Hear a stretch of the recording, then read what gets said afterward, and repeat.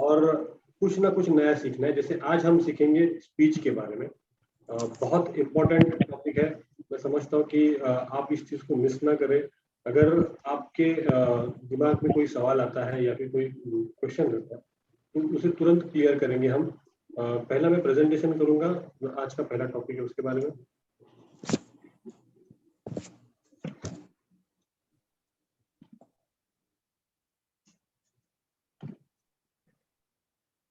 आज का हमारा टॉपिक जो पहला है वो है कि आपको स्पीच लिखनी कैसी है और स्पीच को डिलीवर कैसा करना है। दोनों भी अलग अलग चीजें होती है। स्पीच डिलीवर करने से पहले लिखते हैं और स्पीच लिखने के बाद आप उसको डिलीवर करते हैं। ये दोनों का आपस में बहुत तालमेल होता है। कुछ मतलब इसे शुरुआत में आपको एक आदत अगर आप करोगे इस चीज की तो धीरे धीरे आप मतलब ये इतने अच्छे तरीके से डेवलप हो जाएगी ना कि आपको लिखने की भी जरूरत नहीं पड़ेगी। शुरुआत के कुछ महीने तकलीफदायक हो जाएंगे आपको उसको प्रैक्टिस करने के लिए, पर एक बार आपकी सारी चीजें ठीक हो जाएगी, एक बार आपको उस चीज की आदत पड़ जाएगी ना, तो आपको लिखने की भी जरूरत नहीं पड़ती। ये मेरा खुद का एक्सपीरियंस। आज हम देखेंगे speech writing and speech delivery, भाषण लेखन और भाषण देना। ये दोनों में बहुत अंतर होता है। आप लिख सकते हो, देखो कुछ लोग बहुत अच्छी तरीके से लिखते हैं, पर वो जो लिखावट है उसको अपने मुंह से लोगों तक पहुंचाना है, वो भी बहुत इंपॉर्टेंट चीज होती है। आप अच्छे तरीके से लिखोगे पर उसको अच्छे तरीके से डिलीवर नहीं करोगे, लोगों तक पहुंचाओगे नहीं, तो वो इम्प्रेसिव नहीं होगा। और अगर आप नेता हो तो आपको हमेशा इम्प्रेसिव रहना जरूरी है, बिकॉज आप लीडर हो। आप आपके कम्युनिटी को, आपके लोगों को, टीम को लीड कर रहे हो, आपके लोगों को, आपकी कॉन्स्टिट्यूंसी को लीड कर रहे हो। तो आप अगर कॉन्स्टिट्यूंसी को लीड कर रहे हो तो आप अपने कॉन्स्टिट्यूंसी के जो मुद्दे हैं वो आप विधानसभा में, विधानमंडल में या फिर लोकसभा में आप उसको अच्छी तरीके से इफेक्टिवली कैसा रख सकेंगे, ये सारी चीजें इंपॉर्टेंट होती है।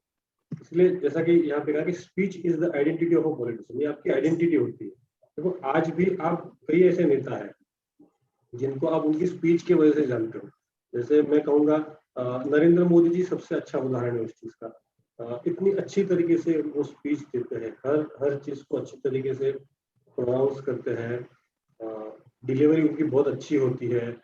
डिलीवरी के साथ उनके एक्शन भी मतलब बॉडी लैंग्वेज जो होती है वो भी मैचअप करती है। उसके अलावा जो उनके वॉइस का मॉड्यूलेशन होता है, कई जगह पे वॉइस कम करते हैं, कई जगह पे वॉइस बढ़ाते हैं। तो ये सारी चीजें हम आपको सिखाएंगे ये स्पीच इसमें, और ये बहुत इंपॉर्टेंट, इसलिए मैंने कहा ये बहुत इंपॉर्टेंट है। और ये ऐसा नहीं कि मैंने आपको सिखाया तो आप तुरंत उसमें माहिर बन जाओगे। ये सारी चीजें आपको सीखनी है और धीरे धीरे धीरे करके आपको अपने अंदर उसको डालनी है, पेशेंसली आपको उसको डालनी है। स्पीच आपका इनर वॉइस होता है, आपका इनर सोल होता है। तो आपके अंदर जो है ना वो लोगों को दिखाई देते हैं, लोग उसी के जज करते, बोलते लोग बोलते हैं ना ये दिल से बात कर रहा है, इस आदमी के भाषण में दम है, इस आदमी के मुद्दे में दम है, ये दिल से बात। तो ये आप लोग इसको इम्प्रेस करेंगे, ये आपकी इनर वॉइस बाहर आनी चाहिए।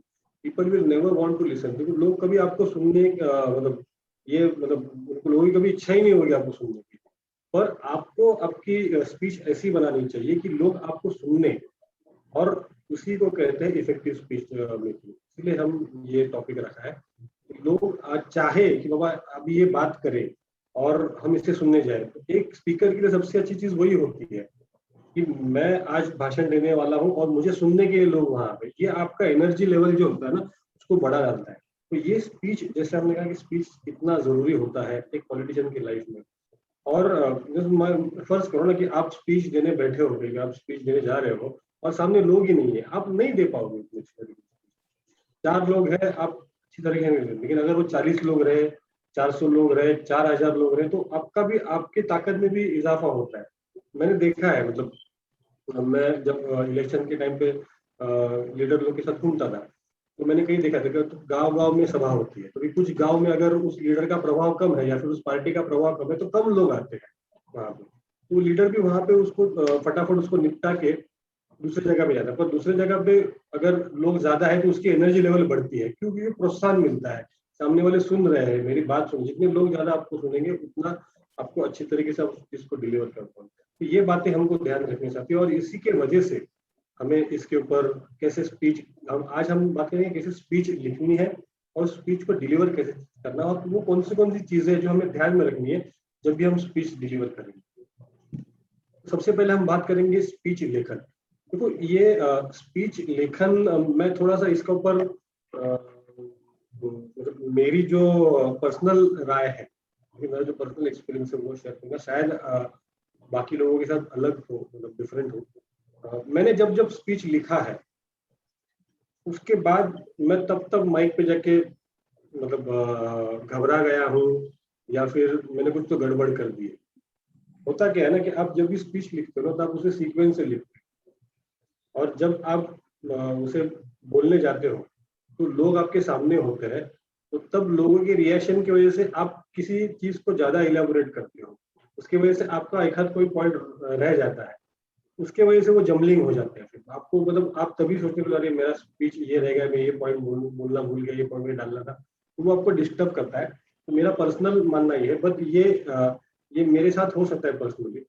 मैंने जब जब प्रिपेयर किया तब तब मैंने वर्स्ट स्पीच दिया है, पर जब जब विदाउट प्रिपरेशन जब जब मैं गया हूँ तब तक मैंने अच्छा स्पीच दिया, और ये मेरे साथ कई बार हुआ है। और मुझे दूसरा एक फियर था कि जब भी मेरे साथ डैडी होते थे स्टेज पे, मेरे डैडी बहुत अच्छे वक्ता थे, बहुत अच्छी तरीके से भाषण करते थे। मतलब उनको लोग बुलाते थे कि आप आ जाओ भाषण करने के लिए, और उन्हें पसंद भी था बहुत अच्छा भाषण करना, मतलब एक एक घंटा वो किसी भी चीज के ऊपर भाषण कर सकते थे। उन्हीं से हमने कई सारी चीजें सीखी। पर हम जब भी वो मेरे साथ में होते थे स्टेज के ऊपर, तब मैं गड़बड़ कर लिया। तो मैंने ये मेरे जो गुरु थे शाहनवाज चौधरी सर, उनसे मैंने बात की थी उसके ऊपर, तो उन्होंने मुझे कहा था आपको ये इग्नोर करनी पड़ेगी ये सारी चीजें, और ऐसा समझ लो कि वो स्टेज पे बैठे ही नहीं। हालांकि उनके इनपुट्स बहुत इम्पोर्टेंट होंगे। जब भी मैं स्पीच दे रहा हूँ मुझे बहुत अच्छी तरीके से ऑब्जर्व करते थे मैं कैसे बोल रहा हूँ, क्या बोल रहा हूँ, और वो मुझे इनपुट्स देते कि बेटा तुम्हें आज ये करना होता था, इसको इस तरीके से करता था तो और अच्छा होता। तो वो मैं डेवलप करता था। तो ये मेरी चीज मैंने आपको बताई। अलग अलग लोगों का अलग अलग स्वभाव होता है, अलग अलग गुण धर्म होते हैं, उसके हिसाब से सारी चीजें। कुछ लोगों को स्पीच प्रिपेयर करके ही, जैसे ज्वलन उदाहरण में डैडी का ही है, डैडी ही खुद पहले स्पीच प्रिपेयर करते थे फिर भाषण करते थे, तो वो मुझे नहीं जानता था। तो कुछ लोग दे आर वेरी परफेक्ट, ये मुद्दे मुझे बोलने हैं। तो आज हम बात करेंगे स्पीच लेखन, भाषण किस तरीके से लिखना है, उसमें कौन कौन से मुद्दे हमें ध्यान रखने हैं। सबसे पहले भाषण को 3 हिस्सों में बांटना है, ये आपको सबसे पहला करना है। सबसे पहला जो होता है वो 100 में से 10% होता है, वो इंट्रोडक्टरी पार्ट होता है। हम इसको देखेंगे आगे इसके बारे में क्या क्या है। तो मैं जो पहले 3 पार्ट है उसके बारे में आपको बताऊंगा। दूसरा पार्ट होता है बॉडी ऑफ द स्पीच, भाषण का मुख्य जो क्या बोलते हैं जान जो बोलते हैं उसको, वो होता है। और आखिरी पार्ट होता है closing part of the speech, शुरुआत, बीच का पार्ट और आखिरी क्लोजिंग पार्ट। ये 3 चीजों में आपको खेलना है। शुरुआती पार्ट आपका 10% हो सकता है, बीच का पार्ट आपका 80% हो सकता है, और लास्ट का पार्ट आपका 10%। ये आइडल है, मतलब ये फॉर्मूला आइडल है, ये सब जगह पे ऐसे ही, मतलब आप किसी की भी भाषण देखोगे ना तो ये ऐसे 3 पार्ट में बटा हुआ होता है। वो आपके ऊपर होता है, मतलब you can give more time to, मतलब अगर सपोज आपको बोला कि नहीं मुझे सिर्फ 20% देना है इंट्रोडक्टरी पार्ट के लिए, और मैं 10% यहाँ से कम करूँगा, चल सकता है, पर इसको ज्यादा कम ना करें, कि बॉडी बहुत इंपॉर्टेंट होती है और वही आपका स्पीच का इंपॉर्टेंस होता है। वो मैं आपको आगे बताऊंगा हर एक पार्ट को जब हम डिस्कस करेंगे एक एक पर्सनली उसके ऊपर। तो ये 3 पार्टों में आपको सबसे पहला, जब भी आप स्पीच लिखोगे तो ये 3 पार्ट में लिखना है। इसमें आमूमन जो फर्स्ट और लास्ट वाला जो पार्ट होता है ना, वो उसका एक पैटर्न बना के रखो। जैसे हम किसी को चीज को, जैसे ना हेडर और फुटर होता है, तो वैसे ये हेडर और फुटर हो जाएगा आपका। बट ये डिपेंड करता है आप कौन से प्रोग्राम में जा रहे हो, प्रोग्राम के कितने लोग हैं, वो सारी चीज डिपेंड करती है। तो ये 3 पार्ट में आपको सबसे पहले स्पीच को डिवाइड करना है। तो हम देखेंगे परिचयात्मक पार्ट में क्या है जो 10% हमें उसमें क्या क्या इंक्लूड करना है। Write down about the event and the organiser. सबसे पहला आपको सपोज किसी ने बोल दिया कि बाबा रंजीत जी आपको कल हमारे यहाँ पे हम नया लाइब्रेरी हमने बनाई है, उस लाइब्रेरी के उद्घाटन के लिए हम आपको चीफ गेस्ट करके बुला रहे हैं। और ऑब्वियसली अगर आप चीफ गेस्ट हो तो आपको वहाँ पे भाषण करना पड़ेगा, स्पीच देनी पड़ेगी। तो आप उस स्पीच को किस तरीके से तैयार करोगे, ये हम उदाहरण लेंगे यहाँ पे। तो रंजीत जी है, अब रंजीत जी को कल भाषण देना है, और ये प्रैक्टिस रखें कि स्पीच देने के 24 घंटे पहले ही आप ये सारी चीजें करें। क्योंकि अगर आप इसको बहुत जल्दी करेंगे तो वो शायद से आपके जहन से चीज पुरानी होती जाएगी, और कभी कभार किसी चीज को ज्यादा समय देने से भी वो चीज खराब हो जाती है। तो उसके लिए मेरा सजेशन ये रहेगा, आइडल जो है वो 24 घंटे पहले आप उस चीज को, जैसे अभी कल अगर शाम को आपको 7 बजे स्पीच देनी है, तो आप 7-8 बजे के बाद उसे लिखना शुरू कर देंगे आज, तो आपको उसमें लिखावट में अच्छी तरीके, और आप इसको जितना ज्यादा टाइम लोगे ना उतना लंबा होता जाएगा स्पीच, मतलब आप मतलब जितना डालोगे उतना कम लगेगा आपको। इसलिए आपको उस तरीके से ये करना है कि मैक्सिमम आपको उसको 24 घंटे पहले ही काम शुरू करना है। तो सबसे पहले हमें क्या करना है कि जो हमारा इवेंट है उसके बारे में हमें डिटेल लिखनी है, जो इवेंट के ऑर्गेनाइजर होते हैं उनके बारे में हमें लिखनी है डिटेल, और कौन कौन ऑर्गेनाइजर है, उन्होंने क्या ऑर्गेनाइज किया। जैसे कि मैंने कहा था कि हम लाइब्रेरी का ओपनिंग है, तो वहाँ पे हम थोड़ा सा उसके बारे में नॉलेज लेंगे कि ये आज लाइब्रेरी का ओपनिंग है और इस प्रोग्राम में मुझे बुलाया गया है। इस प्रोग्राम के आयोजक हमारे रोनित भाई है, तो उन्होंने ये प्रोग्राम रखा है यहाँ पे। तो ये आपकी स्टार्ट हो सकती है, मतलब इवेंट के बारे में बताइए थोड़ा सा, इवेंट क्या है, इवेंट के ऑर्गेनाइजर कौन है। तो उसमें क्या होता है, मतलब जो जो ऑर्गेनाइजर होते हैं उनको भी अच्छा लगता है तो हमारा भी नाम खुल गया है। और जब आप स्टेज पे स्पीच देते रहते हो ना, तो हर एक आदमी को लगता है कि ये आदमी मेरे बारे में कुछ बोले। तो ये लोगों की नब्ज है, इसको पकड़ लो। अगर आपको किसी को इम्प्रेस करना है तो स्पीच सबसे बेस्ट पार्ट है, इसमें आप किसी को भी इम्प्रेस कर सकते हो। मैं आपको आगे बताऊंगा इसमें कैसा करना है। Gather names of the leader who will attend the programme, जैसे कि अभी रंजीत जी वहाँ पे है, तो वहाँ पे वहाँ के लोकल विधायक जी आ गए, वहाँ पे लोकल जो अगर किसी पार्टी के तो पार्टी के कोई लीडर आ गए वहाँ पे। तो जब भी ये काम आपको कैसा, मतलब इसके लिए आपको एक जगह छोड़नी है आपके स्पीच राइटिंग में कि यहाँ पे मैं लीडर लोगों के नाम लिखूं। और ये नाम क्यों लिखने हैं मैं आपको बताऊंगा आगे। तो ये जो पार्ट है, ये आपको जब आप प्रोग्राम में बैठोगे तब आपको देखना है कि कौन कौन मेरे साथ में बैठा है। कि जैसे अभी विधायक जी आने वाले थे लेकिन अभी तक आए नहीं है, अब मुझे स्पीच देना है। तो अगर आप इसमें पहले से ही लिखोगे तो आप वही बोलोगे जब अगर कोई स्टेज पे नहीं रहा है। जैसे मान लो कि आपने वहां पे लिखा है कि विधायक जी आने वाले हैं, और आप भाषण करने के लिए आपका नंबर आ गया और आप गए वहां पे, और विधायक जी तब तक आए ही नहीं है, तो आप अगर नाम लोगे कि हमारे विधायक जी, तो लोग आपके ऊपर हंसेंगे। तो ये जो काम है लोगों के नाम इकट्ठा करने का, ये आपको स्टेज पे जब आप बैठोगे तभी करना है। टेक केयर ऑफ प्रोटोकॉल, जब भी आप ये नाम बोलोगे तो एक प्रोटोकॉल होता है पार्टी में, तो उसमें वो प्रोटोकॉल आप ध्यान में रखो। और अगर प्रोटोकॉल के बारे में आपको पता नहीं है, मतलब आप सुनिश्चित नहीं है, तो उसको रैंडमली नाम ले लो। तो क्या होता है मालूम है, फिर लोगों को बुरा लगता है, लोग बोलेंगे अरे तूने इसका नाम मेरे से पहले लिया, मेरा नाम इसके बाद में लिया। और फिर ये क्या होता है, ये लोगों को एक मुद्दा मिल जाता है आपकी स्पीच खराब करने, और ये आपको बहुत डिस्टर्ब करेगा इस चीज। तो ये चीज के ऊपर आपको ध्यान रखना है। बहुत जरूरी है आपको नाम लेना, जैसे मैंने कहा था कि भाषण देते समय स्टेज पे जो भी लोग बैठे हैं उनका नाम लेना बहुत जरूरी है। अगर आप नाम नहीं लेते, ये प्रथा है, और पॉलिटिकल तो ये प्रथा है ही, इसको आपको फॉलो करना ही है। अगर अगर बहुत ज्यादा लोग हैं तो उसमें से आपको क्या करना है कि जो जो पहले इम्पोर्टेंट लोग हैं उनके नाम ले लो।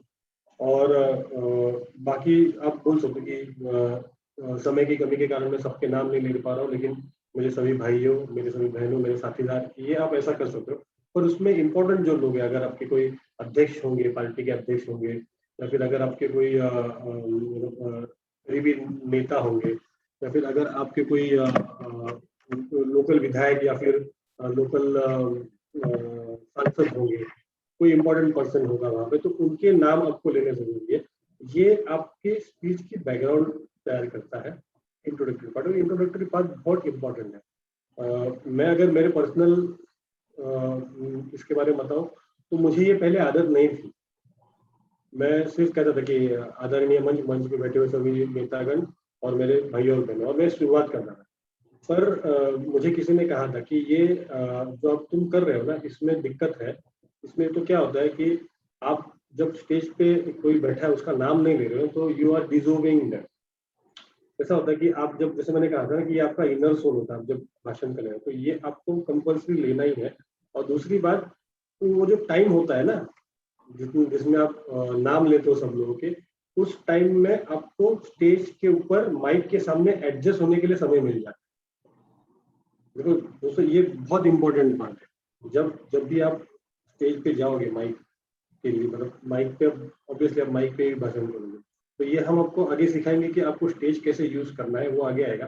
पर मेरा जो मुद्दा है वो कि अगर आप स्टेज के ऊपर भाषण करने जा रहे हो, तो आप जब तक सबके नाम लोगे ना, तब तक आपको थोड़ा सा समय मिल जाता है, 1-2 मिनट का।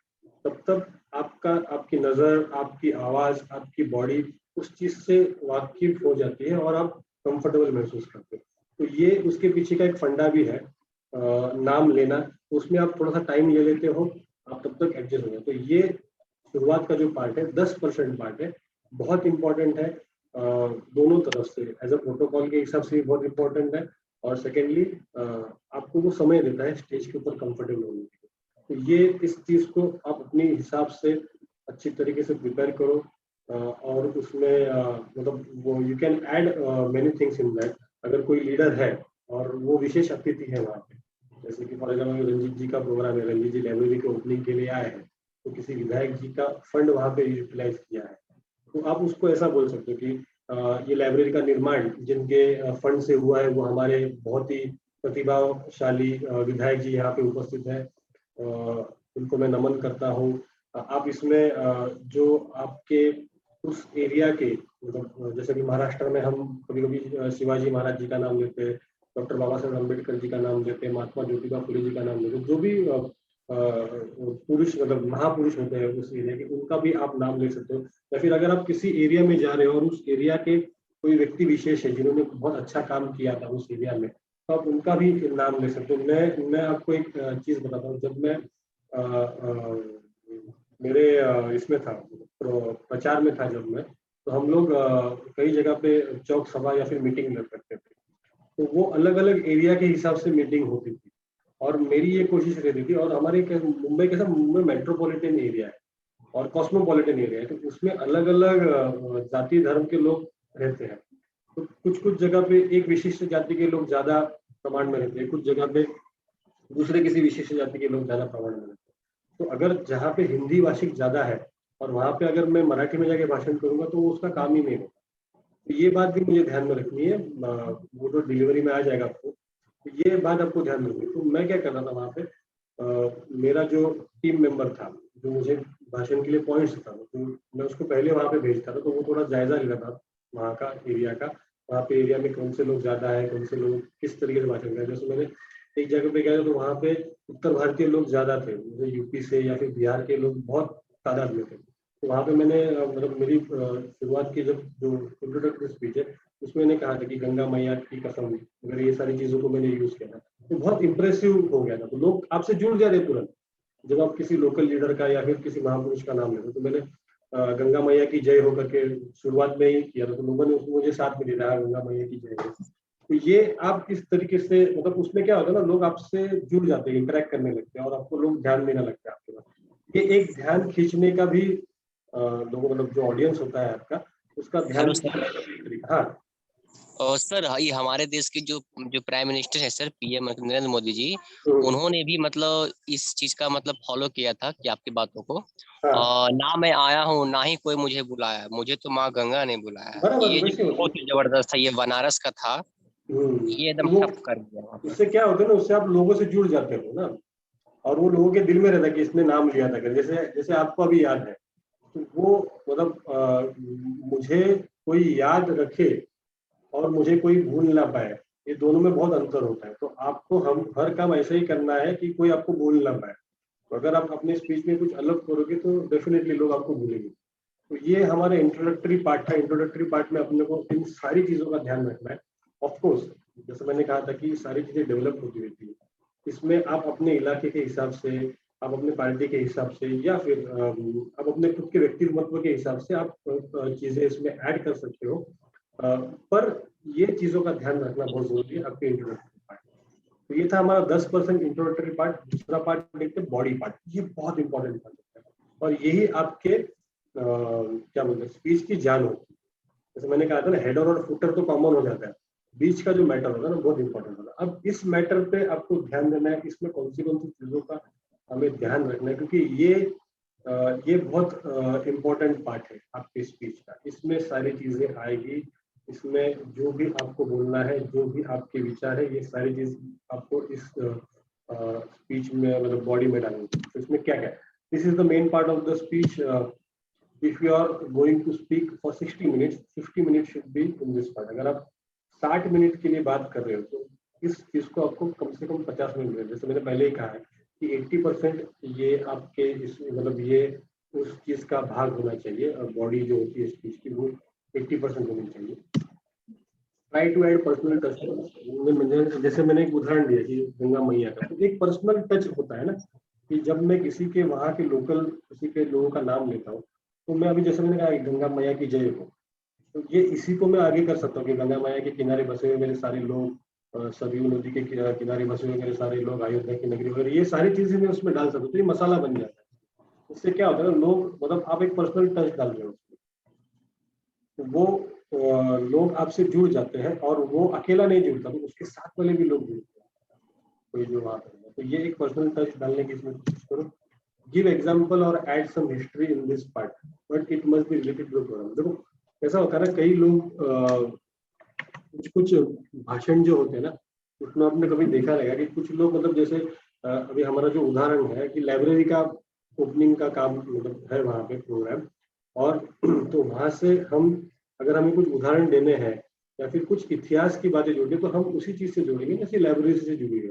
जैसे हम वहाँ पे कह सकते हैं ना कि आज विधायक जी के फंड से इस लाइब्रेरी का निर्माण हुआ है, और मुझे आशा है कि इस लाइब्रेरी में पढ़ने वाले बच्चे आने वाले समय में बहुत इस गांव के बच्चे जो है वो आने वाले समय में इस लाइब्रेरी का उपयोग करेंगे और बहुत ऊंचाई पर पहुंचेंगे।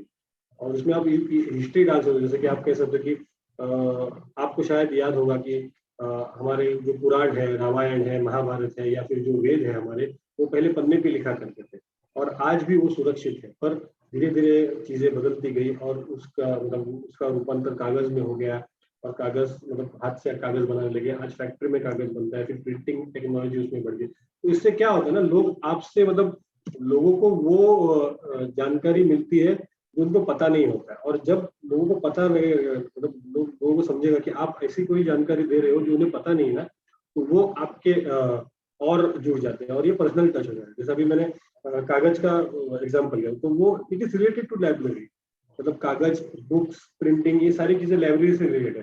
पर अगर मैं वहां पे कुछ मतलब ऐसा बोलूं कि नहीं ये कागज बिगज तो ठीक है, लेकिन अब ये सारे कोई पढ़ता नहीं है, अभी तो नया मोबाइल का जमाना आ गया है, अब लोग सब मोबाइल में करके मोबाइल में, तो वो क्या हो जाएगा ना, वो अलग चीज हो जाएगी। तो वो जो आपका प्रोग्राम है ना, वो कार्यक्रम से असंबंधित चीज हो जाएगी। तो वो इससे क्या हो गया, जो आपके ऑर्गेनाइजर है ना, उनको भी इस चीज का हर्ट हो जाएगा, बोले अरे क्या है पागल आदमी को बोला, ये क्या चीज पे बोला। तो ये आप ध्यान रखो, आप जो भी उदाहरण दोगे या फिर कोई ऐतिहासिक बात कहोगे, तो ये कोशिश करना कि वो जो बात और जो उदाहरण है वो क्या कहते हैं उसे, आपके जो प्रोग्राम है उससे जुड़ा हुआ होना जरूरी है। तो इस बात के ऊपर ध्यान रखें आप।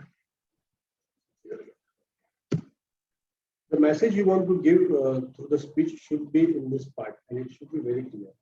देखो, हम जब भी भाषण करने के लिए उठते हैं तो हम ये चाहते हैं कि लोग हमारा भाषण सुने, और उसको ध्यान दें उसके ऊपर हम क्या बोलते हैं।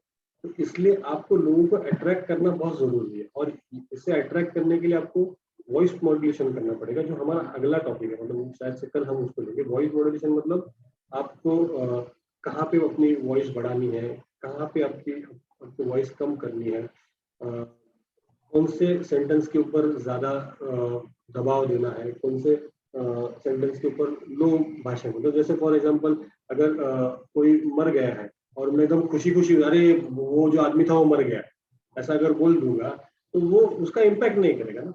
और अगर कोई खुशी की बात है उसको मैं एकदम दुख में कहूँ कि अरे यार वो बाजी वाले के बाद लड़का पैदा हो गया, अब क्या करेंगे, ऐसा हो गया, तो ये जो होता है ना, तो ये वॉइस मॉड्यूलेशन बहुत इंपॉर्टेंट होता है। ये आपको हम सिखाएंगे आगे किस तरीके से। तो इस वॉइस मॉड्यूलेशन को लेके आपको जो भी मैसेज देना है, आप जिस चीज के लिए वहां पे आए थे, ये आपके बॉडी स्पीच के बॉडी का आखिरी हिस्सा होना चाहिए। बॉडी को भी आपको एक दो हिस्से में आप बांट सकते हो।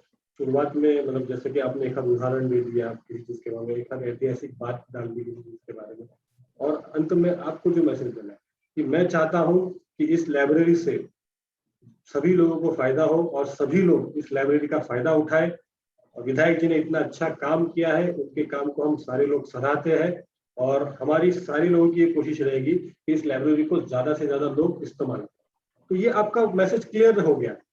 आप प्रोग्राम से रिलेटेड बात की, आपने अपने विधायक जी की वाहवाही की, आपने लोगों को भी एक मैसेज दे दिया कि इस लाइब्रेरी को आपको यूज करना है।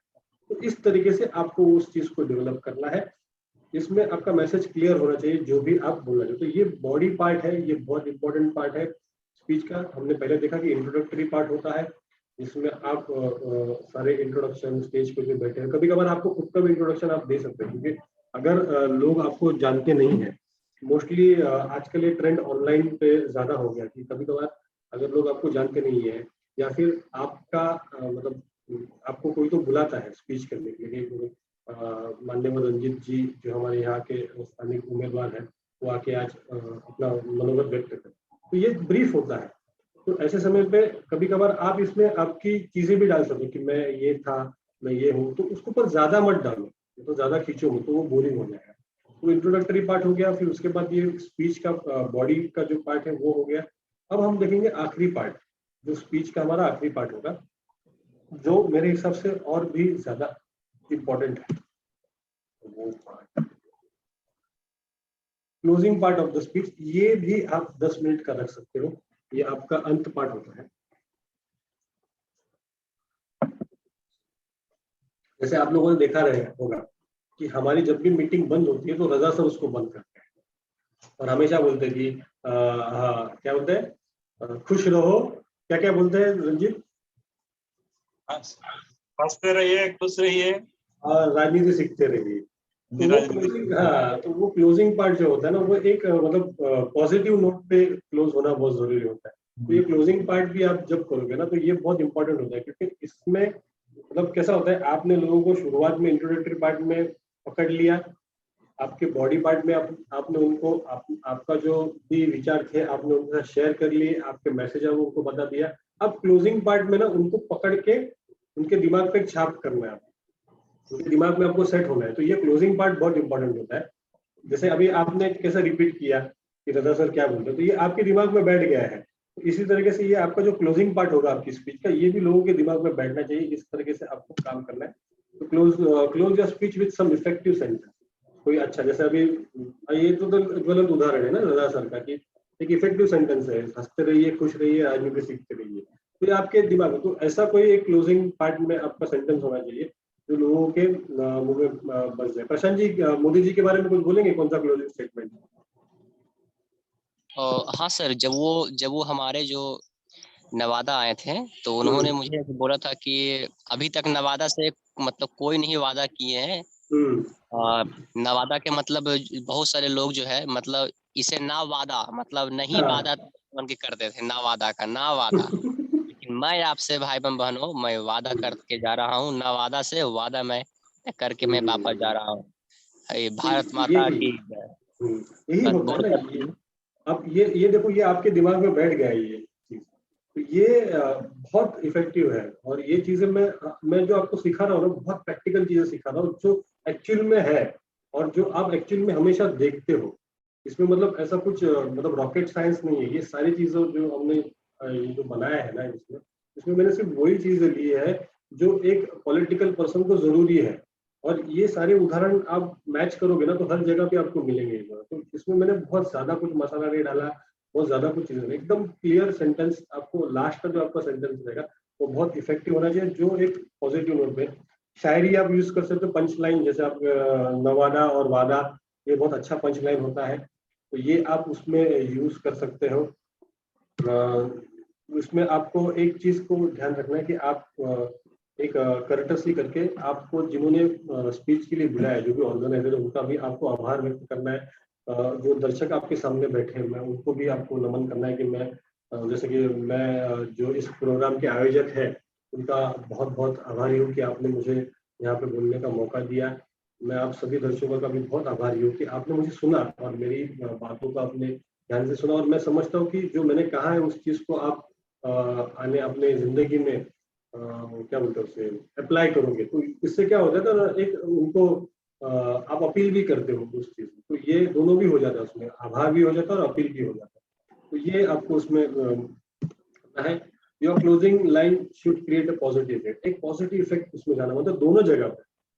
आप सपोज फॉर एग्जांपल ये स्टेज है, मतलब पोडियम है जहाँ से मैं बात भाषण दे रहा हूँ, मेरे सामने ऑडियंस बैठी है और मेरे लेफ्ट में लीडर्स बैठे जो कि स्टेज पे बैठे हैं, तो आप 90 डिग्री पे होते हैं, तो आपको जो पॉजिटिव जो चीज जाती है ना वो 90 डिग्री में जानी चाहिए, सीधे ऐसे भी जानी चाहिए और सीधे ऐसे भी जानी चाहिए, उसको क्रॉस ना करें, सीधा, मतलब सीधा डायरेक्ट ऑडियंस को आप पॉजिटिव नोट और सीधा डायरेक्ट स्टेज के ऊपर पॉजिटिव नोट। इसका इसका इफेक्ट आपको बताता हूँ कैसा होता है।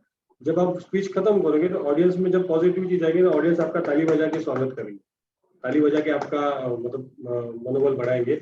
और जब आप स्टेज पे जाओगे ना इस तरफ लेफ्ट तरफ 90 डिग्री में, तो स्टेज पे जो लोग खड़े हैं ना, तो जैसे जैसे आप एक एक कुर्सी पार करते जाओगे सब, अरे मस्त भाषण किया, अरे बहुत बढ़िया, अरे बहुत सही था, अरे मस्त किया, ये लाइन मस्त थी, तो आपको एक एक कॉम्प्लीमेंट्स मिलती जाएगी जब तक आप अपनी कुर्सी पे नहीं बैठे। और आखिर में कॉम्प्लीमेंट्स कौन देगा पता है?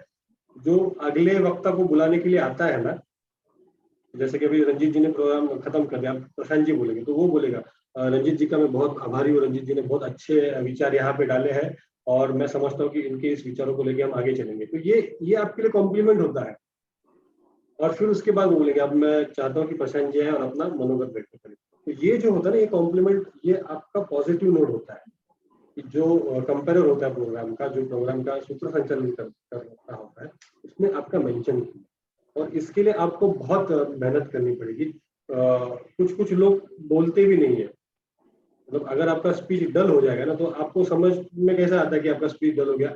एक तो आपके लोगों ने ताली नहीं बजाई, तो कभी कभार जरूरी नहीं होता कि ताली बजाना ही जरूरी, कभी कभी ऑडियंस ताली, लेकिन उनके चेहरे से आप नोटिस कर पाओगे। और आपको स्टेज के ऊपर भी कोई कुछ बोला नहीं, हाँ ठीक है अच्छा बैठ, तो वो कॉम्प्लीमेंट जो होता है ना वो बहुत इंपॉर्टेंट है। वो कॉम्प्लीमेंट आपको आने वाले समय में जो आप दूसरा स्पीच दोगे या फिर अगला स्पीच दोगे, उसके लिए आपको एनर्जी प्रोवाइड करता है, उसके लिए आपको मोटिवेशन प्रोवाइड करता है। आपको एक महसूस हो जाता है कि मैंने आज अच्छा भाषण किया, मेरे में वो ताकत है, मेरे में वो कला है, मैं कर सकता हूँ, मेरा जो स्टेज का फियर है वो निकल गया है। ये सारी चीजें बहुत इंपॉर्टेंट मायने रखती है, मतलब स्पीच लिखना, स्पीच डिलीवर करना और कॉम्प्लीमेंट्स पाना। ये कॉम्प्लीमेंट्री जो पार्ट है ना, वो आपको आपके आखिरी लाइन में ही मिलेगा, आखिरी इसमें ही मिलेगा।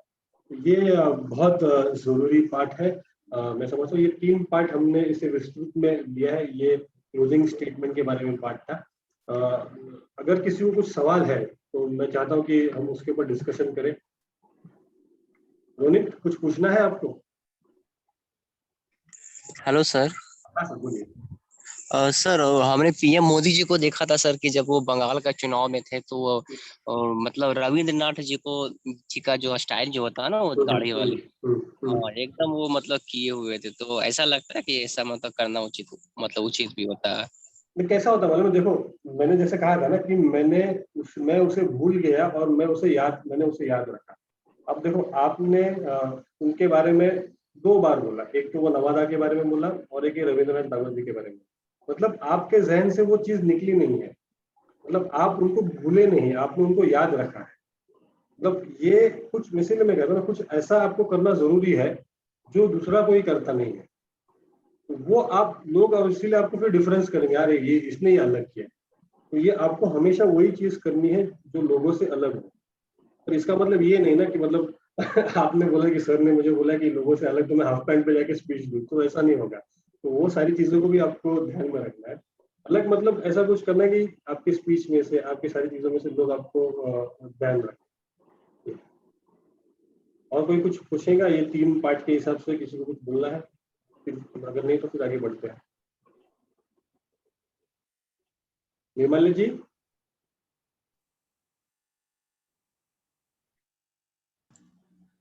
निर्मल जी आप है क्या वहां पे?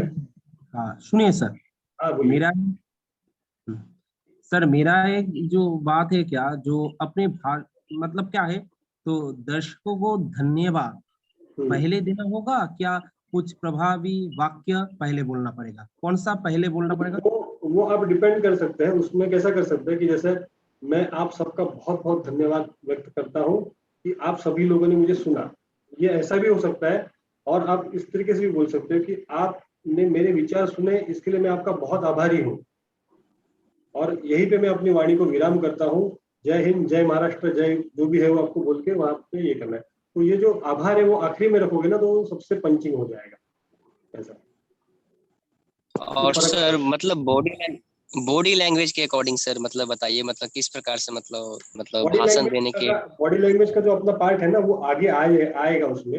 जैसे मतलब आपको आपकी भाषण और बॉडी लैंग्वेज ये दोनों में कैसा कोऑर्डिनेशन करना है, ये मेरे ख्याल से कल या फिर परसों आप उसमें लेने वाले हैं। स्टेज का किस तरीके से यूज करना है, चाहे आप पोडियम पे बात कर रहे हो या फिर आप सिंगल माइक पे बात कर रहे हो, आप अगर कॉर्डलेस माइक पे बात कर रहे हो तो आपको किस तरीके से करना है। क्योंकि कभी कभी क्या होता है, आपके अगर हाथ में माइक है तो आपकी बॉडी लैंग्वेज रिस्ट्रिक्ट हो जाती है। अगर आपका माइक पोडियम पे लगा है तो आपकी बॉडी लैंग्वेज खुली हो जाती है। जैसे अभी मैं अभी टोटली मतलब मेरे सामने माइक है तो मैं अपनी बॉडी लैंग्वेज आप देख रहे हो, मेरे हाथ वगैरह हिल रहे हैं, तो ये अपने आप, और ये ना आपको आदत हो जाएगी उस चीज की। सिचुएशन के अनुसार तो अपने ढल जाता है वो तो। जी तो सिचुएशन के अनुसार जैसा माहौल रहता है हाँ, उसके हिसाब से अपने आप हो जाता है वो, ऑटोमेटिक चीज हो जाता है सर। अगर मतलब वो प्रैक्टिस मतलब अगर प्रैक्टिस किया हुआ रहेगा तभी आप मतलब ढाल सकते हैं। नहीं उसको नहीं, उसको अगर तुम प्रैक्टिस करोगे ना, उसको अगर तुम प्रैक्टिस करोगे ना तो वो ना ड्रामा लगेगा। बॉडी लैंग्वेज की भी प्रैक्टिस नहीं करना, वो बॉडी लैंग्वेज आपके शब्दों के हिसाब से होनी चाहिए। अगर बॉडी लैंग्वेज का प्रैक्टिस करोगे ना तो वो ड्रामा, आपने कभी ड्रामा देखा है? जो नाटक होता है उसमें क्या करते हैं, जो कैरेक्टर होता है उसको अपने मतलब जो लाइंस होती है वो बाय हार्ट होती है और उसको उस लाइन के हिसाब से एक्टिंग करनी होती है, तो वो ड्रामा लग जाएगा, वो एक्टिंग लगेगी। पर आप जब नेचुरल करोगे ना, हम इसमें आगे देखेंगे उस चीज को, आप जब नेचुरली करोगे उस चीज को ना तो वो अलग उसका इम्पैक्ट हो जाएगा। जैसे अभी मैं आपसे बात कर रहा हूँ तो ये मेरा नेचुरल है, जो मैं हाथ आपको कर रहा हूँ ना, अगर मैं इसको सोच के करूँ कि अब मैं ये सेंटेंस के बाद your closing line should be, तो ये कैसा हो जाएगा ना, वो ड्रामेटिकली, वो नेचुरल फ्लो में आना चाहिए। अभी हम देखेंगे उसमें डिलीवरी के लिए क्या क्या करना है। अब ये था हमारा 3 पार्ट, आपका इंट्रोडक्टरी पार्ट, आपका बॉडी और आपका closing speech. Things to remember during speech writing. हाँ बोलिए सर। जब बॉडी लैंग्वेज के बारे में पढ़ाइए का सर तो उसमें मतलब पीपीटी का इस्तेमाल अवश्य कीजिएगा। मतलब जो मतलब स्लाइड है सर, क्योंकि उसमें होगा क्या मतलब बहुत सारा मतलब पोडियम की जगह पर होगा तो कैसा नहीं करेंगे, वो सारी चीजों का करेंगे, आप फिक्र मत करो, उसकी फिक्र मत करो। अभी ये तो हमने देख लिया कि पहले 3 पार्ट अलग अलग करने हैं। अब उसमें से भी स्पीच लिखते समय हमें कुछ चीजों का ध्यान रखना चाहिए। वो कौन सी चीजें है? सबसे पहले right your speech in your own language, don't buy hard it, deliver it naturally. जैसे मैंने कहा ना कि आपकी खुद की लैंग्वेज में लिखो, भले ही आपको अगर उसको दूसरे लैंग्वेज में डिलीवर करना है। जैसे निर्मली जी ने एक जो पहला वीडियो बना था उन्होंने खुद के लैंग्वेज में बनाया था, बंगाली में, तो उसके बाद उन्होंने उसको हिंदी में कर दिया। तो ये आप अगर वो लैंग्वेज जानते हो तो आप उसको ट्रांसलेट कर सकते हो या फिर आप उसको बात करते हो। अपने लैंग्वेज में क्यों लिखना है? क्योंकि हम अपने लैंग्वेज में अच्छी तरीके से लिख सकते हैं, जो हमारी मदर टंग बोलते हैं उसको। अगर मैं आपको बोलूँ यार तू इंग्लिश में कुछ लिख, तो आपको शायद से कठिन पड़ जाएगा। पर अगर मैं आपको बोलूँ आपको हिंदी में इस चीज को लिखना है तो आपको इजी पड़ जाएगा। अब जैसे मेरी दिक्कत है, मुझे अगर कुछ लिखना है तो मैं पहले उसे इंग्लिश में लिखता हूँ, फिर उसे मैं ट्रांसलेट करता हूँ मराठी या फिर हिंदी में। मेरी भले ही अगर मेरी लैंग्वेज मराठी है पर मैं उसमें कंफर्टेबल नहीं हूँ, तो मुझे जो जिस लैंग्वेज में मैं कंफर्टेबल हूँ मैं पहला उस लैंग्वेज में उसे लिखना है, फिर उसको आप डिलीवर करते समय उससे आगे बढ़िए। और उसको कभी रट्टा मत मारिए, मतलब बाय हार्ट करोगे ना आप, और बाय हार्ट करते समय क्या होता है मालूम है? आप जब माइक के सामने रहते हो ना तो आप कॉन्शियस रहते हो कि मुझे लोग देख रहे हैं, और 100% ऐसे ही होता है। जब आप कहीं पे भी भाषण करते हो ना तो सारे लोगों की नजर आप ही के ऊपर होती है। स्टेज के ऊपर कौन बैठा है उसके ऊपर नजर नहीं, लोग आपके के पास देखो, वो नर्वसनेस क्रिएट होता है, और नर्वसनेस में आदमी भूल जाता है।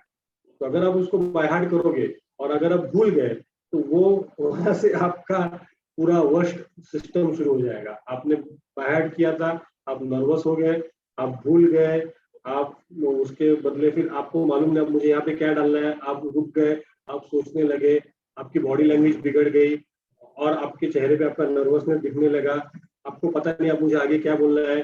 उसके बाद आप जो आपके जहन में पॉइंट है वो भी आप भूल गए, अब आपका स्पीच गड़बड़ हो गया।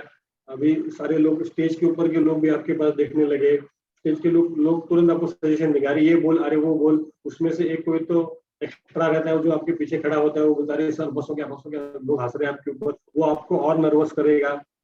तो ये सारी चीजें एक के पीछे की हो जाती है, इसलिए उस चीज को बाय हार्ट मत करो। आप एक काम कर सकते हो, पॉइंटर लिख सकते हैं, छोटी सी चीट रहती है जैसे आपने स्पीच लिखा है तो उसमें से जो पॉइंट है, मुझे ये पॉइंट के ऊपर बोलना है। जैसे अभी लाइब्रेरी का स्पीच था तो मुझे बुक्स के इतिहास के बारे में बोलना है, मुझे एमएलए ने कितना फंड दिया उसके बारे में बोलना है, मुझे एमएलए की विशेषता बोलनी है, मुझे इस लाइब्रेरी को कैसे यूज करना है उसके ऊपर बोलना है। तो ये आप पॉइंटर्स लिख के आपके साथ में रख सकते हो।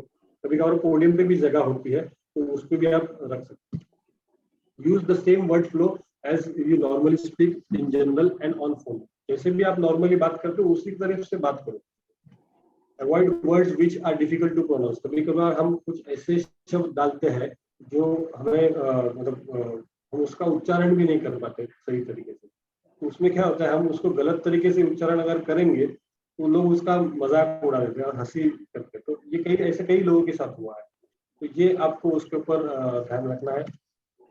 Don't copy anyone speech and style और पीपल विल स्टार्ट कंपेयरिंग। जैसे मैंने कहा था कि अगर आप किसी को कॉपी करोगे, तो फॉर एग्जांपल अब नरेंद्र मोदी जी बहुत फेमस है, तो या फिर जैसे और कौन होता है अच्छा स्पीच करता है, अमित शाह जी का भी स्पीच अच्छा खासा होता है, राहुल गांधी, लालू यादव जी है, बाद में ये अपने क्या बोलते हैं नीतीश कुमार जी का भी अच्छा स्पीच है। और ये कई ऐसे मतलब मैं ये शशि थरूर जी का बहुत अच्छा स्पीच है, और मेरे नेता राजीव सातव जी का भी बहुत लोग ऐसे मतलब कई सारे लोग हैं जिनका बहुत अच्छा स्पीच है। तो आप अगर उनको कॉपी करोगे ना, लोग कंपेयर करेंगे आपको, बना ये तो उसके ऐसा था, ये तो उसकी स्टाइल मार रहा है, ये तो ये कर रहा है। तो ये किसी का स्पीच अगर आप वर्डिंग्स कॉपी कर सकते हो, पर मतलब किसी की स्टाइल मत करो। रामदास आठवले जी है, मतलब हमारे महाराष्ट्र के हैं, मिनिस्टर है, तो वो उनका स्पीच डिलीवरी का स्टाइल बहुत अलग होता है, और वो पॉज लेते हैं कई जगह पे, फिर रुकते हैं, फिर बीच में शायरी कर देते हैं। तो वो अलग उनका स्टाइल है। तो वो अगर आप कॉपी, लोगों को वो भी पसंद आता है, तो वो अगर आप कॉपी करोगे, अगर वो उन्होंने वो स्टाइल छोड़ दिया, शायद लोग को वो पसंद नहीं आएगा। तो ये अपना नेचुरल फ्लो और स्टाइल बरकरार रखो। Hello sir. हाँ सर मतलब एक मेरा मतलब एक कन की पर्सनली सवाल है सर, मतलब ये है तो इसी मुद्दे पर, लेकिन है थोड़ा सा इससे हटकर है। सर हमारे बिहार में हम देख रहे हैं जो अनपढ़ की नेता है सर, ठीक ना, नेता है, वो इंग्लिश में सर मतलब अब तो मतलब बोलना भी सीख गए। अब तो मतलब उनके सदन में भी जो है इंग्लिश में मतलब अपना भाषण देना शुरू किए हैं।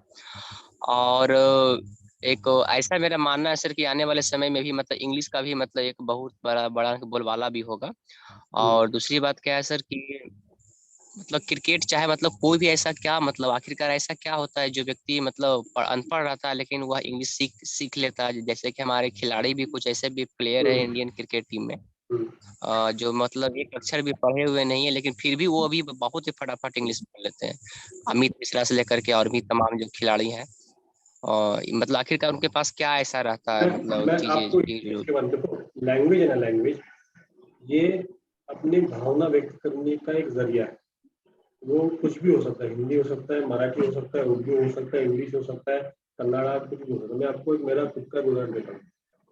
2012 में जब मैं मुंबई कांग्रेस में था जनरल सेक्रेटरी, तो मेरे जो अध्यक्ष थे वो गणेश यादव जी थे। और Ganesh Yadav ji actually south Indian Yadav है, जो ग्वालियर होते ना, वो साउथ इंडिया से थे। वो तमिल, मतलब उनकी जो भाषा थी वो तमिल थी, तमिलनाडु से थे। और मैं कंटिन्यूसली उनके साथ में रहता था, और उनके साथ में रह के मैं वो जो बोलते थे ना फोन पे उनके ड्राइवर से या फिर उनके दोस्त से, तो वो भी मैं सीखने लगा था। अब अगर किसी के साथ रहोगे ना, अगर कोई उर्दू अच्छा बोलता है, अगर आप उसके साथ रहोगे ना, तो आप भी उसको सीख लोगे, और मतलब उसके सिर्फ बोलने से। पर आप अगर उसको और पढ़ोगे ना, तो आप उससे अच्छी तरीके से बोलोगे। आप अगर देखो तो कई जगह पे वीडियोज है, कुछ लोगों के ऐसे वीडियोज है जहाँ पे जो टूरिस्ट के लिए गाइड होते हैं ना, जैसे राजस्थान में, राजस्थान का वीडियो आप उसको नेट पे खोजो, तो वहाँ के जो लड़के होते हैं जो टूरिस्ट को गाइड करते हैं कि जैसलमेर में यहाँ पे ये है, तो वो लोग इतनी अच्छी लैंग्वेज इंग्लिश बोलते हैं, आप बिलीव नहीं करोगे। और वो अनपढ़ होते हैं, पढ़े लिखे नहीं होते, वो हर भाषा बोल सकते हैं, स्पेनिश बोल सकते हैं, फ्रेंच बोल सकते हैं, इंग्लिश बोल सकते हैं। जितने भी लोग, वो कैसा होता है, वो उन लोग के साथ रह के वो सीख जाते हैं। और हर एक भाषा में कुछ ऐसे सब वर्डिंग्स होते हैं ना, जो रेगुलर वर्डिंग्स होते हैं। अगर आप उसके ऊपर गौर करोगे ना, तो आप सीख लोगे। आपने कभी सोचा कि आदमी ने बोलना कैसे सीखा होगा, स्पीच कैसे होता है? अगर इसका करना है तो सबसे बेस्ट उदाहरण क्या, दो बच्चे को लो जो जस्ट जन्मे उनको साथ में रखो, उनके साथ कोई बात ही मत करो। अब देखो वो अपने आप खुद की लैंग्वेज डेवलप कर लेंगे बात करने की। जब भी बच्चा छोटा होता है तो वो सबसे पहले अपने आप को देखता है, तो अपने चेहरे के एक्सप्रेशन से वो देखता है, और फिर बाद में जैसे माँ उससे बात करती है तभी वो सीखने लगता है। तो ऐसे ही भाषा भी सीख सकते हैं। भाषा का, स्पीच का आपकी पढ़ाई से कोई लेना देना नहीं है। आप जितनी अच्छी तरीके से उसको डेवलप करोगे उतना उसमें आप माहिर बनते जाओगे। जितना आप ज्यादा प्रैक्टिस करोगे उतना माहिर बन जाओगे। और प्रैक्टिस मतलब अकेले में प्रैक्टिस नहीं करनी है, आपको लोगों के सामने जाके बोलना है, क्योंकि आपका स्टेज फेयर भी जाना होगा। ये जो अगला पॉइंट है, किसी को आप रिकॉर्डिंग करने के लिए बोलो या फिर खुद अपने मोबाइल में अपना स्पीच रिकॉर्ड करो। जैसे हम अपना ये रिकॉर्ड करते हैं और अब उसको बार बार देख के आप उसको मालूम पड़ जाएगी यहाँ पे मैं गलत हो गया था, इसको मुझे सुधारना है। आप उस रिकॉर्डिंग को देखो बार बार, या फिर आपने अगर मोबाइल में रिकॉर्ड किया है वॉइस तो उसको बार बार सुनो, यहाँ पे मैंने गलत किया था, यहाँ पे मुझे थोड़ा मेरा वॉइस बढ़ाना चाहिए था, यहाँ पे मैं ज्यादा जोर से बोल गया, मुझे वॉइस थोड़ा कम करना चाहिए था। तो ये आपको आदत हो जाएगी इस चीज की, और ये आपको डेवलप करने के लिए बहुत ट्रायल एंड एरर जिसको बोलते हैं ना, तो ये आप कर सकते। अभी आप पॉलिटिक्स में ऊपर नहीं गए हो तो अभी आप यहाँ से शुरुआत कर सकते हो। इसको धीरे धीरे करते रहोगे तो आप जब तक एक लेवल पे पहुंचोगे तब तक आपका स्पीच बहुत अच्छा होगा। तो ये आपको, इसको आप हमेशा करो। जब भी आप स्पीच को डिलीवर करोगे ना तो किसी को बोलो कि रिकॉर्डिंग करे, या फिर खुद अगर कोई रिकॉर्डिंग के लिए अवेलेबल नहीं है तो खुद मोबाइल में स्पीच करने से पहले मोबाइल में रिकॉर्डर और वॉइस रिकॉर्डर ऑन कर दीजिए और उसको सुनिए। Speech should be written taking into consideration the audience. देखो सिंपल बात है, आप अपनी स्पीच अपनी लैंग्वेज में लिखोगे, ठीक है। सपोज निर्मला जी की लैंग्वेज बंगाली है, निर्मला जी ने स्पीच लिख दिया बंगाली में। अब उनको स्पीच डिलीवर करना है मुंबई में जहाँ की ऑडियंस नॉन बंगाली है, और अगर वो बंगाली भाषा में अगर वहां पे आके बोलेंगे तो किसी को समझेगा ही नहीं। मतलब इसका सीधा सीधा क्या होगी, ऑडियंस को मद्देनजर रखते हुए ना रखते हुए इस चीज को लिखा गया है। उसी प्रकार से जब भी आपको कोई इनवाइट करेगा ना तो ये बात आप ध्यान में रखना, ये आपको कहाँ से मिलेगा, कंसिडरिंग द ऑडियंस। जब भी आपको कोई इनवाइट करता है कि सर कल सर यहाँ पे ऐसा प्रोग्राम है, आप उस प्रोग्राम में आओगे क्या, तो आपको प्रमुख उपस्थिति करके प्रमुख स्पीकर करके बुला रहे हैं, तो आप उसमें दो चीज उनको पूछना ना भूलिए। सबसे पहले कि प्रोग्राम में और कौन कौन आपके साथ आने वाला है, मतलब आपके साथ स्टेज शेयर करेगा, या फिर कोई लीडर आने वाला है, वो आपको उनको पूछना। दूसरी बात आप ये पूछना कि ऑडियंस कौन होने वाला है। जैसे फॉर एग्जांपल अगर ये लाइब्रेरी का प्रोग्राम है तो लाइब्रेरी के प्रोग्राम के लिए ऑडियंस जनरली बच्चे हो जाएंगे ना वहाँ पे। तो अगर बच्चे ऑडियंस है तो आप उनके सामने बड़ों का भाषण नहीं कर सकते। तो आपको वो भाषण को ध्यान में रख के, आपको ऑडियंस को ध्यान में रख के आपको भाषण डेवलप करना है। तो फिर उस चीज का मतलब नहीं होगा। उसमें क्या है, सभी बच्चे हैं और बच्चों के सामने अगर आप बड़ों का उदाहरण दे रहे हो तो बच्चे आपके पकड़ में नहीं आएंगे। बच्चे को पकड़ में लाने के लिए अलग उसका तरीका है, उसको थोड़ा सा हंसी मजाक में लेना पड़ेगा, उसमें कुछ चीजें डालनी पड़ेगी। आप लोग मतलब आप अगर कुछ उल्टा सीधा करोगे तो लोग आपकी आईक्यू लेवल आपकी उसमें से ध्यान मतलब समझ में लोगों को मालूम पड़ जाएगा, होगा इसकी समझ बहुत कम है, इसकी आईक्यू लेवल क्या है आप लोगों को मालूम पड़ेगी। Remember, one wrong word can spoil your wonderful speech. आप जब भी स्पीच लिखोगे तो उसमें ये ध्यान में रखना कि आप कुछ गलत शब्द नहीं इस्तेमाल करते हो। जैसे कि कोई गाली या फिर किसी के बारे में अपशब्द या फिर कुछ ऐसा शब्द जो शायद से आपके एरिया में सही हो पर बाहर के एरिया में वो शब्द गलत हो। जैसे एक सिंपल उदाहरण है, बुरा नहीं मानना, मैं उदाहरण, जैसे हमारे यहाँ पे भैया मतलब क्या होता है, जो उत्तर भारत से आए हुए लोग हैं हम उनको भैया बोलते हैं, और उत्तर भारत में भैया का मतलब क्या होता है, भाई। तो मतलब हमारे यहाँ पे भैया वो अलग हो जाता है और आपके यहाँ पे ये भैया वो अलग हो जाता है। तो ये आपको ध्यान में रखना है। तो कोई ऐसा गलत सवाल, गलत क्या बोलते हैं शब्द उसमें ना करें, वो पूरी स्पीच को आपके स्पॉइल कर देगा। जो भी आपने अच्छा स्पीच दिया है तो ये कहीं पे भी हो सकता है, शुरुआत में हो सकता है या फिर बॉडी में हो सकता है या फिर एंडिंग क्लोजिंग लाइन में। तो आपको ये इस चीज के ऊपर बहुत ध्यान देना है। Try to keep your speech interaction than a speech. मतलब लोगों को सवाल पूछो, क्या लगता है, जैसे मोदी जी ने कहा था ना, पेट्रोल के दाम कम हुए कि नहीं हुए, लोग क्या बोलते थे सामने से, लोग कुछ तो रिप्लाई देते ना उस चीज को, डीजल के दाम कम हुए कि नहीं हुए जी नहीं हुए। वो इंटरेक्शन होता है। भारत माता की, लोग बोलते थे जय, आपको काला धन लाना है कि नहीं लाना है। तो ये इंटरेक्शन जो होता है ना, ये बहुत इंपॉर्टेंट है, लोग आपके साथ जुड़ जाते हैं। उसमें क्या होता है भाई एवं बहनों, ठीक, भाई एवं बहनों वो भी एक है। हाँ, तो ये मतलब मोदी जी का आइडल, क्या बोलते हैं, डम्मी या फिर नहीं बोल सकते उसको, एग्जाम्पल है पॉलिटिक्स में आप स्पीच कैसे देते हैं। मतलब जितने भी आप लीडर लोगों को देखो ना, सबसे बेस्ट उनका था। यू कैन यूज मतलब ह्यूमन। सर वो मतलब फेक भाषण, फेक बातों को भी वो मतलब हकीकत में मतलब तब्दील कर देते थे वही तो मंच, कला मतलब होती है ना, वही मंच तो पर कला से। होती है, और वही तो लोगों कला को तो होती कला विश्वास है भी सर। और लोगों को सर विश्वास भी हो जाती थी कि हाँ ये जो मोदी जी बोल रहे हैं ना, मतलब जो मंच के नीचे जो बैठे हुए थे, एकदम जो है ना उसका जो मतलब साइकोलॉजिकल ये कहे, मतलब शायद हमें भी हो गया देखो, था से ठीक 5 मैं साल पहले। मैं वही बोल रहा हूँ ना, राजनीति में सपने दिखाना और सपने देखना कोई बुरी बात नहीं है और कोई गलत बात नहीं। आपको पूरा अधिकार है सपना देखने का, और आपको पूरा अधिकार है सपना दिखाने का। तो पूरा होता है या नहीं होता है, वो नसीब की बात है, या फिर आगे आने वाला समय देख लेगा। पर आप सपना दिखा सकते हो सामने वाले को, और ये लीगल है, और आप सपना देख भी सकते हो। जब तक आप सपना देखोगे नहीं, तब तक आप सपना दिखाओगे नहीं। चुनाव के वक्त सर दिखाना ही है ना। हाँ, वही तो लोग ना। पढ़ाए हैं नहीं है उससे कोई बात हाँ, और कैसा होता है बोले, नहीं और है। जिस दिन और इसमें और एक बात ऐड करता हूँ, जिस दिन आपने सपना देखा, उस सपने को लोगों को दिखाया, और उस सपने को जब आप पूरा करोगे ना, तो आपको लोग जिंदगी भर नहीं भूलेंगे। नहीं भूलेगा, बात तो सही है। ये बात तो आप ध्यान रखें। ये मतलब ये जो सपना धरातल देखना, पर दिखाना और उसको पूरा करना, ये तीनों चीजों को अगर आप तालमेल कर पाओगे ना, तो आपका राजनीति में कोई हाथ नहीं पकड़ पाएगा। आप ऐसी स्पीड से आगे बढ़ोगे ना, तो मतलब कोई आपको कुछ बोलेगा नहीं। तो ये लेकिन एक बात पीएम मोदी जी का है सर कि उन्होंने जो भी भाषण में अपना वादा किया ना, वो वादा तो पूरा नहीं कर पाया, और जो वादा नहीं पूरा किए ना वो वादा कर रहे हैं। तो उसी की वजह से ना, वो ये एंटी इनकम्बेंसी जो फैक्टर होता है ना, वो उसी के वजह से होता है। एंटी इनकम्बेंसी क्या होती है कि कोई एक सरकार है जो कुछ वादे करती है और कुछ सपने दिखाती है लोगों को, और लोगों को वो पूरा नहीं कर पाती, तो वो एंटी इनकम्बेंसी बन जाता है, लोग उसके खिलाफ हो जाते हैं, लोगों को बोलता है कि इसको बदलना जरूरी है। तो ये फैक्टर बहुत इंपॉर्टेंट होता है इसमें। तो जब भी आप इलेक्शन लड़ोगे, तो आपके जो ओपोनेंट जो होता है ना, उसका कोई एंटी इनकम्बेंसी फैक्टर क्या है वो देखो, ऐसी कौन सी चीज है जिसने उससे वादा किया था, उसने उसको पूरा नहीं किया, ये ढूंढोगे तो आपको वो इलेक्शन का मुद्दा मिल जाएगा। खैर, वो अपना अलग पार्ट है, हम उसके ऊपर कभी चर्चा करेंगे। तो ये इन चीजों को आपको ध्यान रखना है, speech should not be too serious, understand the situation of the. लेकिन सर बीजेपी की आज बहुत बड़ी मतलब बुराई हो गई है।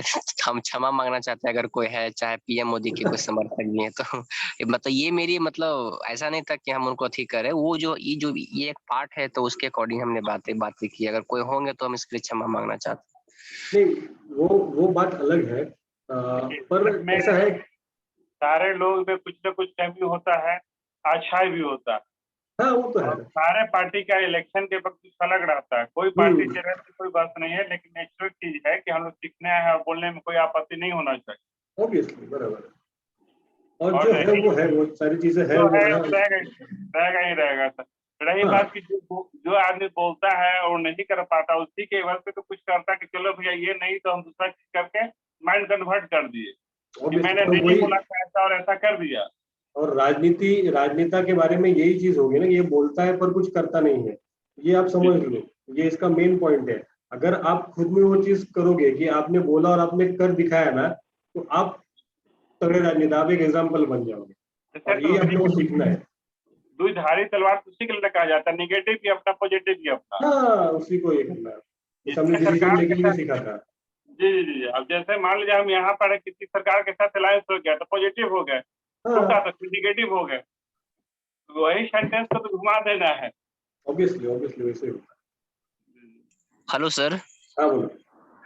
सर मतलब हमारा ऐसा मानना है सर कि मतलब हमारे जो बिहार राज्य है वहाँ मतलब एक परसेप्शन बना हुआ है कि जो मतलब धोती और उनके पजामा पहनने वाले जो जो व्यक्ति होते हैं वो काफी भ्रष्ट होते हैं, ठीक ना, मतलब उनकी एक मानसिकता मतलब हो गई है। तो उस मानसिकता को बदलने के लिए सर आखिरकार मतलब पॉलिटिकल लीडर को कौन सा पहनावा मतलब मतलब अब करे, क्योंकि अब समय भी अब चेंज हो रहा सर। अब वो समय गया कि मतलब कुर्ता के पजामा का अब नहीं रहा। मतलब है, अभी भी है, थोड़ा बहुत है, लेकिन आने वाले समय में हमें ऐसा लगता है कि जो मतलब जो एक नॉर्मल लोग जो पहनते हैं, मतलब उसी पर मतलब अब शायद राजनीतिक भी हो सकती है। हाँ होता है ना। देखो कैसा है, मतलब सबसे पहले एक बात ध्यान रखो, अरविंद केजरीवाल जी भी मतलब हाँ, जो आप कपड़े पहनते हो ना, ये मतलब आपको अपनी एक स्टाइल बनानी है, आप उस स्टाइल को चेंज मत करो। आप जो भी कपड़े पहनोगे वो जरूरी नहीं है कि it should be politically related, but लोगों को आदत हो गई है एक नेता को व्हाइट कपड़ा में देखने, और अगर वहां पे आप दूसरा कपड़ा डालते हो ना तो वो पॉइंट अगेन नोटिस हो जाता है, अरे ये तो अलग कपड़े में, जैसे अभी आपने अरविंद केजरीवाल जी का नाम, तो ये वहां पे बिहार में भी कुछ नेता सर क्या सर पजामा कुर्ता पहने ही नहीं है, जैसे पप्पू यादव। हाँ, पप्पू यादव पहनते ही नहीं पजामा कुर्ता, या तो बराबर। भी नहीं पहने हैं। तो सर अपना अपना एक अपना सोच होता है। वही ना, अभी उस दिन मैंने देखा, आपने देखा मुझे, मैं टी शर्ट पे था, जी जी। मेरे पास कुछ पहनने के लिए नहीं था, मैं बदलापुर में था, मेरे पास पहनने के लिए मैं टी शर्ट पे आके बैठ गया वहां पे, पर आपको वो देखने के लिए अलग लगाएंगे क्योंकि आप मुझे हमेशा व्हाइट शर्ट में देखते हो, तो वो अलग होता है। तो वो कपड़े का एक उदाहरण ये भी तो है सर, नेहरू जी जो है कोट पैंट पहनते थे, गांधी जी धोती पहनते थे, बराबर है कि नहीं? तो सबका अपना अपना सोच है। सबका नेहरू जी अपना अपना स्टाइल होता है, सबका अपना अपना ये होता है। और दूसरी बात क्या बोलो, आप जो भी पहनते हो ना, आप उस चीज को किस तरीके से कैरी करते हो ना, ये बहुत इंपॉर्टेंट होता है। जैसे गांधी जी भी अगर धोती पहनते थे ना, तो वो उसको उसी तरीके से कैरी भी करते थे, जी जी। इतना इंप्रेसिव लगता भी था। नेहरू जी अगर नेहरू जैकेट डालते थे तो उसी तरीके से वो उसको कंटिन्यू मतलब कैरी भी करते हैं। मोदी जी का हाफ कुर्ता है तो वो भी अलग तरीके से उसको कैरी करते हैं। तो ये अपने को मतलब सिर्फ पहनना नहीं है, पहन के उसको कैरी करना भी बहुत जरूरी होता है। ये चीजें हैं। आगे बढ़ेंगे। और एक सर मतलब ड्रेस कोड के बारे में अभी मतलब कोई चैट किए हैं, शायद नाम नहीं हम देख पाए, मतलब बोले कि ड्रेस कोड के बारे में बोलिए सर, ये क्या ड्रेस कोड क्या है? ड्रेस कोड मतलब आपको किस तरीके से पहनावा डालना चाहिए। ड्रेस कोड के बारे में एक ही लाइन में बोलूंगा। सबसे पहला, आप जो कपड़ा पहनोगे वो आपके बॉडी के ऊपर आपको कंफर्टेबल होना चाहिए, सबसे पहली बात ये। तो आप कुछ भी पहनो, आप उसमें सादा शर्ट पहनो, टी शर्ट पहनो, कुर्ता पहनो या फिर सूट पहनो, कुछ भी पहनो, इट शुड बी कंफर्टेबल। आप उसको कंफर्टेबली आपके ऊपर पहन सकते हो, आपको कंफर्टेबल लगना चाहिए, आपको तकलीफ नहीं होनी चाहिए उसमें, पहली बात ये। दूसरी बात, आपको अगर वो कंफर्टेबल रहेगा तो ही आप उसको अच्छी तरीके से कैरी कर सकते हो।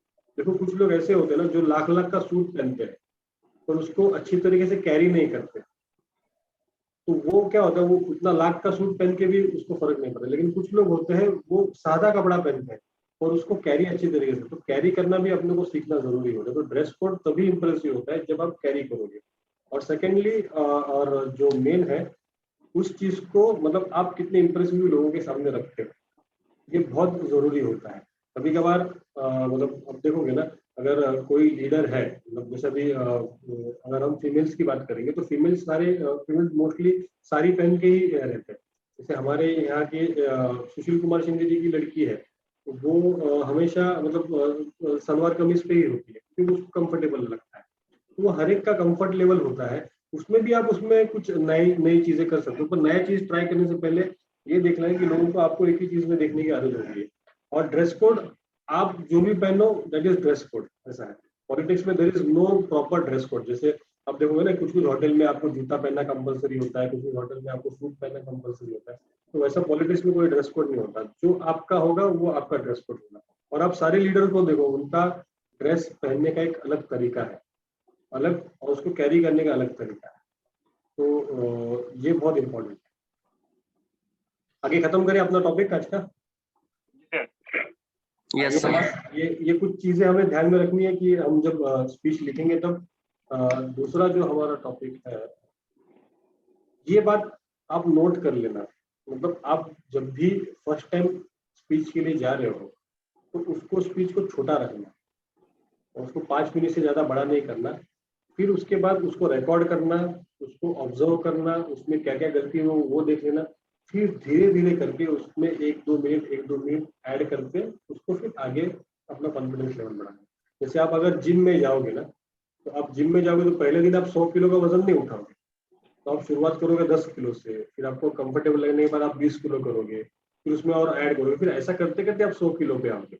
अगर शुरुआत में आपने अगर 100 किलो उठा लिया तो आपकी ताकत उसमें खत्म हो जाएगी। तो इसलिए जब भी आप शुरुआत में पहला स्पीच करोगे ना, तो उसको 5 मिनट का रखो, तो रिकॉर्ड करो और उसको ऑब्जर्व करो और उसमें क्या क्या चीजें हैं और उसमें धीरे धीरे करके ऐड करो, और ये अपने आप हो जाएगा। मतलब कुछ कुछ लोगों को स्टेज फियर होता है। हमारा अगला मतलब अगले टॉपिक में जो आने वाला है, तो आपको स्टेज फियर कैसे निकालना है उसके बारे में भी हम इसमें सिखाएंगे। तो ये चीज आपको ध्यान में रखनी है। Principles of speech delivery. अभी स्पीच डिलीवर में क्या क्या चीजों का ध्यान रखना है, मतलब मैं बता रहा हूँ कि उसके तत्व क्या है स्पीच डिलीवर करने के। स्पीच डिलीवर कैसे करना है ये बात का सेशन है, इसमें मतलब दूसरा सेशन है। तो इसमें स्पीच डिलीवरी के समय आपको कौन सी चीजों का ध्यान रखना है। सबसे पहले practice your speech 3 to 4 times. 3-4 बार एक बार उसको प्रैक्टिस करो। आप आईने में देख के भी प्रैक्टिस कर सकते हो, आप मोबाइल में उसको रिकॉर्ड करके भी प्रैक्टिस कर सकते हो।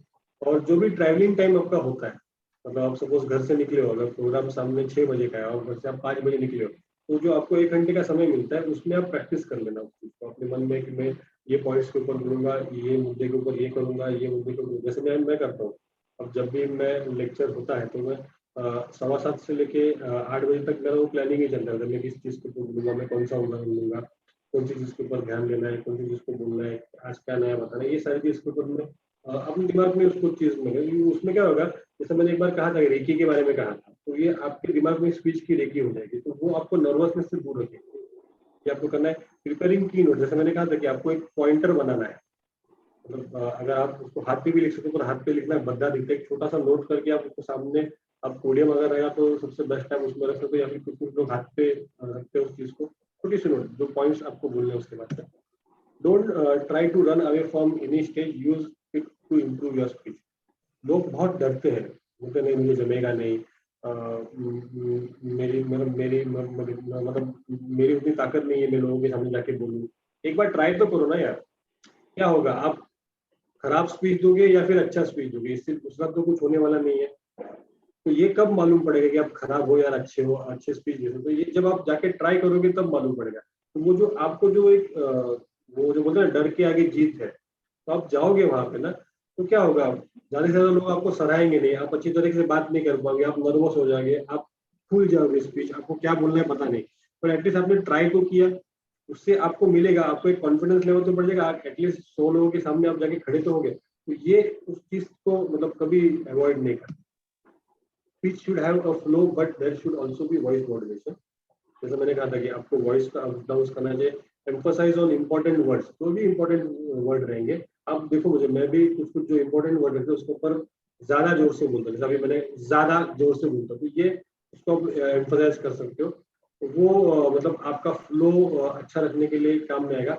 बट उसको नेचुरल रखो, मतलब उसमें ऐसा लगना नहीं चाहिए कि ड्रामा कर रहे हो। बार बार उस चीज को यूज मत करो। अगर आप उस चीज को बार बार यूज करो, लोग बोले यार ये तो ड्रामा कर रहा है, बाहर करके आया है, जैसा पढ़ के आया वैसे हमारे सामने बोलो, तो ये सारी चीजें उसमें होती है, तो वो ड्रामा लगना नहीं चाहिए। Learn the speech but don't by heart. उसको पढ़ो, उसको बाय हार्ट मत करो, ये मैं आपको पहले ही समझा के रखा है। Always start your speech with normal voice. शुरुआत, अगर आप शुरुआत में आप जोर से बोलोगे मैं यहाँ पे आया हूँ, ये तो फिर वो पेस ही नहीं मिलेगा। तो आपको शुरुआत स्लो वॉइस से करनी है, धीरे धीरे उसमें वॉइस मॉड्यूलेशन ऐड करना है, फिर धीरे धीरे करते करते आपको एक एक पॉइंट के ऊपर एम्फसाइज करते हुए आपको ये सारी चीजें हम आने वाले सेशंस में आपको लेंगे। ये मैं सिर्फ आपको प्रिंसिपल्स बता रहा हूँ, क्या क्या डिलीवरी के प्रिंसिपल्स है। ये हमारा पूरा आज का जो टॉपिक था, ये इसमें हमने स्पीच कैसे लिखना है, स्पीच लिखने समय कौन से बातों पे ध्यान रखना है, और डिलीवरी के प्रिंसिपल्स क्या क्या होते हैं उसके बारे में हमने संक्षिप्त में चर्चा की। इसके बाद के हमारे जो भी सेशन होने वाले हैं वो सारे इसी चीज के ऊपर बेस होने वाले हैं। आपको कैमरा कैसे फेस करना है, फिर उसके बाद अगर आप स्टेज पे हो तो स्टेज पे आपको कैसे फेस करना है, वॉइस मॉड्यूलेशन आपको कैसे यूज करना है, कहाँ पे कम वॉइस करनी है, कहाँ पे ज्यादा वॉइस करनी है, फिर ऑडियंस मतलब स्टेज फियर आप कैसे दूर कर सकते हो, ये सारी चीजों के ऊपर हम आने वाले समय में इस हमारे 4th मॉड्यूल में डिस्कस करेंगे। जैसे मैंने कहा था कि आखिरी के 3 मॉड्यूल बहुत इंपॉर्टेंट है। एक तो आपका स्पीच वाला मॉड्यूल है, दूसरा आपका फंडिंग वाला है, और तीसरा इलेक्शन वाला मॉड्यूल। तीनों भी मॉड्यूल इंपॉर्टेंट है, इसलिए हमने इसको आखिरी में रखा था ताकि सबको इसके बारे में अच्छी तरह की जानकारी दे सकें। We are open for discussion, हम अगर चाहते तो डिस्कशन कर सकते हैं। Hello sir. हाँ। सर जो नेक्स्ट सेशन होगा सर वो हम चाहते हैं कि आपने सर बहुत सारे इनके मीडिया से फेस किया भी है और आपने बहुत सारे इनके मंचों पर भाषण दिया, तो उसका अगर कोई शॉर्टकट वीडियो अगर आप मतलब प्ले करें और उस पर कुछ मतलब इंस्ट्रक्शन अगर आपको बताना हो तो इसका भी इस्तेमाल आप कीजिएगा सर कल।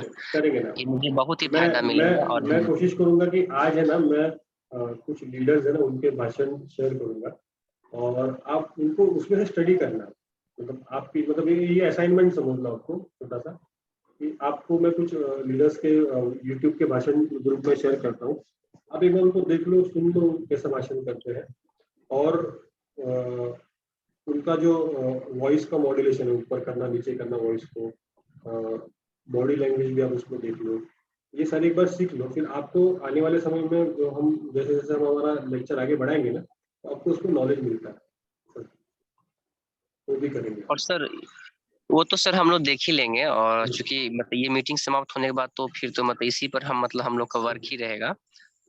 लेकिन सर मेरा ऐसा मानना है कि अगर आप भी अगर इसको मतलब प्ले कर करके है ना, प्ले मेरा भी मैं शेयर करता हूँ। हाँ बिल्कुल, अगर वहां पर आप चीजों को मतलब उनकी बताइएगा ना सर, तो मतलब हम लोग को काफी एक अच्छा लगेगा कि हाँ सर का जो अनुभव रहा है उसके अकॉर्डिंग देखिए सर वहां पर जब वो सर मतलब नर्वस हो गए थे तो सर वहां पर कैसे कंट्रोल किए भाषण को, ये सारी चीजें अगर जब आप मुझे बताइएगा तो चीजें काफी अच्छा लगेगी और मुझे काफी अनुभव मिलेगा सर, हमारे साथ साथ बहुत सारे लोगों को भी। यस, अगर पॉलिटिकल भाषण के लिए मैं एक चीज आपको रेकमेंड करूंगा कि पॉलिटिकल भाषण अगर करना है आपको ना तो न्यूज़पेपर पढ़ना बहुत जरूरी है।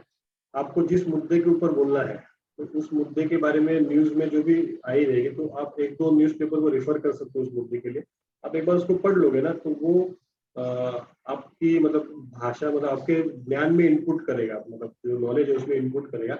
और आप जब भी कुछ रीड कर रहे हो तो उसको है ना जोर से रीड करना, जैसे अगर आप न्यूज़पेपर रीड कर रहे हो तो उसको जोर से पढ़ना। तो उसमें क्या होता है ना, दो चीजें होती है, आपके मुंह से शब्द निकलता है, वो शब्द आपके कान में भी चला जाता है, तो मतलब ऑडिबल दोनों भी तरफ से होता है, तो आपको याद रखने में आसानी हो जाती है। अगर आप उसको मन के मन में पढ़ोगे ना तो वो शब्द आपके मुंह में बैठेगा नहीं। तो आप जब भी कुछ भी पढ़ोगे ना तो ये कोशिश करना कि उसको थोड़ा जोर से पढ़ो, तो आजू बाजू वाले हंसेंगे उनको छोड़ो, उनको ध्यान मत दो उनके ऊपर, अपने को अपने खुद को डेवलप करना है, अपने लिए जो अच्छा है अपने को वो करना है। तो आप थोड़ा सा जोर से पढ़ोगे ना, इंग्लिश में पढ़ो हिंदी में पढ़ो, मेरा हिंदी के साथ बहुत दिक्कत था, मैं पहले बहुत मतलब घटिया हिंदी बोलता था, मतलब मुंबई वाली हिंदी हमारी होती थी, तो मैं हिंदी न्यूज़पेपर नवभारत मैंने मेरे पास लगा लिया था, तो मैं हिंदी पेपर हमेशा पढ़ा करता था।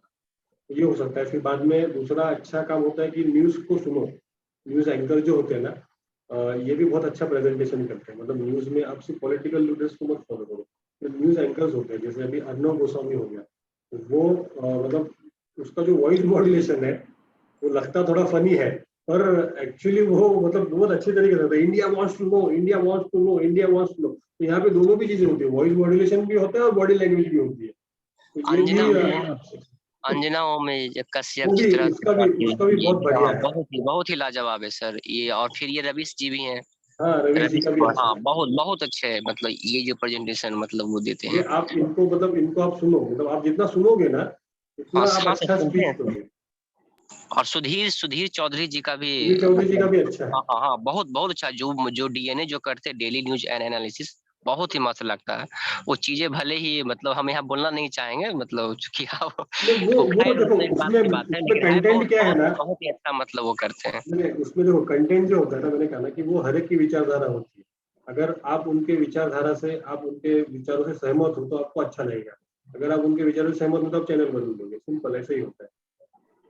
पर जब आप स्पीच देने जाते हो ना तो तब लोग आपका चैनल बदल नहीं सकते, आपको लोगों को आपके साथ रखना ही पड़ेगा, तो आपको वही बोलना पड़ेगा वहां पे जो लोग सुनना चाहते हैं या फिर जो लोग सुनना पसंद करते हैं, ये आपको नब्ज टटोलनी पड़ेगी। जब आप भाषण देने से पहले जब आप स्टेज पे जाके बैठोगे ना, सबसे वर्स्ट क्या होता है पता है, आप स्टेज पे गए और उनको भाषण के लिए बुलाए, तो ये कॉमेडी मेरे साथ है बहुत बार हुई है, तो इसमें क्या होता है, इसमें बहुत तकलीफ होती है, आपको सेट होने के लिए टाइम लग जाता है, पर एक बार करने के एक दो बार करने के बाद आदत हो जाती है। पर सबसे बेस्ट क्या होता है कि आप स्टेज पे गए, आपने आधा एक घंटा वहां पे स्टेज पे बिताया, आप स्टेज पे कंफर्टेबल हो जाते हो, माहौल के साथ आप एडजस्ट हो जाते हो, आपको लोगों को देखने को मिलता है, आप ये जायजा लगा लेते हो मेरे सामने कौन सा ऑडियंस बैठा है, मेरे सामने ऑडियंस को कौन सी चीज पसंद आ सकती है, मैं कौन सी चीजों के ऊपर बोलूँ, वो चीज मैंने लिखी है क्या नहीं लिखी, अगर लिखी है तो उसमें और मैं क्या ऐड कर सकूँ जो लोगों को और पसंद आए। अगर महिलाएं ज्यादा बैठी है वहां पे तो मैं पूरी पॉलिटिक्स के ऊपर बोलूंगा तो महिलाएं बोर हो जाएंगी, तो मैं महिलाओं से रिलेटेड कुछ चीजें उसमें बोलूँ। अगर पुरुष बैठे हैं तो मैं कुछ ऐसी चीज बोलूँ जिसमें जोश आ जाएगा। अगर युवा बैठे हैं तो उनको मैं थोड़ा सा और जोश डालूं, ऐसा कुछ बात करूँ। तो ये चीजें आप उसमें कर सकते हो, इंटरेक्टिव उसमें रख सकते हो। तो ये सारी चीजें आ जाएंगी आगे आगे करते करते। और हेलो सर।